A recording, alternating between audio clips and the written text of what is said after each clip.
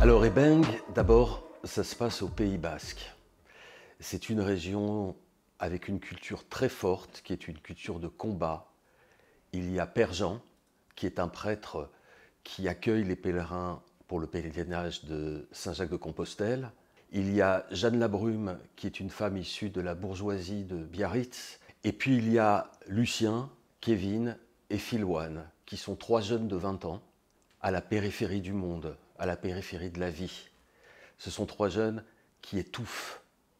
Lucien, il a les boules, de la gorge jusqu'au ventre, un peu partout en fait. Les crampes tordent son corps, ses muscles brûlent. Il voudrait exploser, hurler sa rage, mais tout reste en lui, à macérer, à bouillonner, et dans son ventre, et dans ses tripes, ses intestins. Cette vie-là, il n'en veut plus, il n'en peut plus. Il la vomit, il la dégueule. C'est bien comme ça qu'il voit sa life, bloquée, coincée, sans perspective, fait comme un rat. Il y a un autre homme. Un soir, il remonte le long de la Nive, cette rivière. Il n'y a que l'obscurité,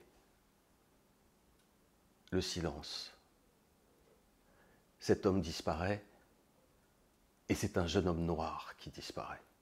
À partir de là, tous ces gens vont être mêlés les uns aux autres, vont se cogner les uns aux autres et vont se retrouver, je dirais, pris au piège des grandes questions qui mangent notre époque de l'intérieur. Je me suis beaucoup documenté sur tout ce qui est ultra-droite, droite identitaire, et pourtant, c'est tout à fait autre chose aussi qu'un livre uniquement centré sur ces questions-là.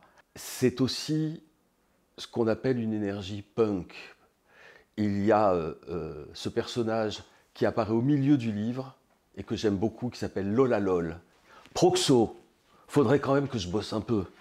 Proxo, c'est quoi ça? Ben oui, proxo, proxénète. Je dis jamais putain. Les mots qui insultent les femmes, ils sont bannis de ma bouche. Donc proxo, oui. Et j'en ai toute une panoplie. Tu peux me faire confiance. Et bang, parce que c'est un livre qui claque. C'est un livre qui veut emmener vraiment le lecteur. Pas seulement dénoncer, pas seulement analyser, mais aussi emmener en rêve quelque part.